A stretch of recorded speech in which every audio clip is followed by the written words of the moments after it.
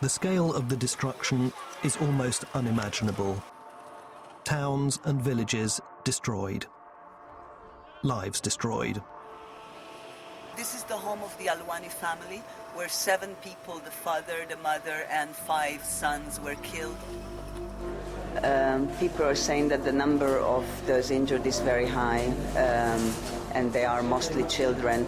And when they are being killed and injured, in the very place they went to look for safety. Syria.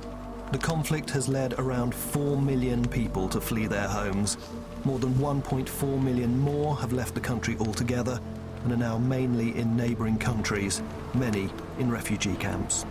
The war was happening in front of us. It wasn't good anymore. So we came here, with war happening on top of our heads. We hope it'll be better for us here. The most important thing is to be safe. We don't need much more. And they are not alone. Around the world, millions of the most vulnerable are being failed by their governments and the international community. Syria is, of course, in the media at the moment, but it's not the only place where refugees are coming from. There are about 15 million refugees in the world. Some of them come from Somalia, they come from Afghanistan, there are Palestinian refugees and Rohingya refugees, and all of them live in very difficult circumstances and do not know when they will be able to go home. Mali, and in fighting for control of the north of the country, hundreds have died, thousands have fled. Wherever there's conflict and people forced to flee for safety, women and girls seem to be at greatest risk. Rape and sexual violence are a real threat.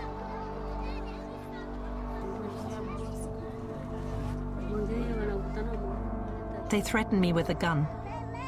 If you don't give them your money, they kill you. If you wouldn't give them what they want, they would also rape you. The paradox is that it's harder for the refugees to cross borders than it is for the guns that fuel the violence and insecurity. But 2 months ago in New York, 20 years of public pressure on the world's governments finally led to the adoption of an arms trade treaty that aims to stop shipments of weapons where they may be used for human rights violations.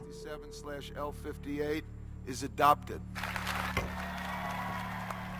We have a lot of hopes for the Arms Trade Treaty. We think that it really will stop the irresponsible flow of arms to those who use it to commit atrocities.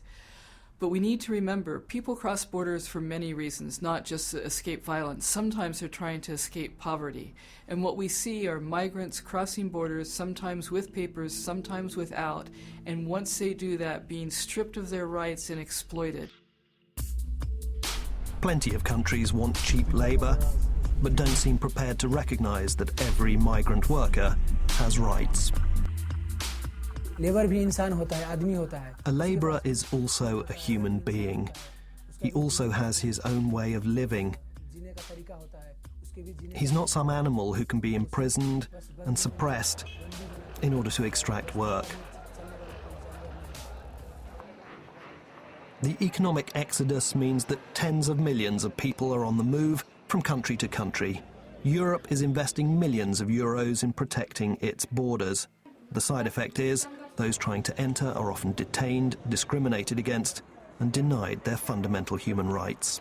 When it comes to policing borders and dealing with migrants, there are governments claiming they have the right to act as they see fit in the interests of their people. But they forget that human rights are fundamental and non-negotiable. The world is becoming an increasingly dangerous place for refugees, migrants, displaced people in general. So the international community, political leaders, have to accept shared responsibility to protect the rights of these millions of people who are displaced and pushed out of their homes.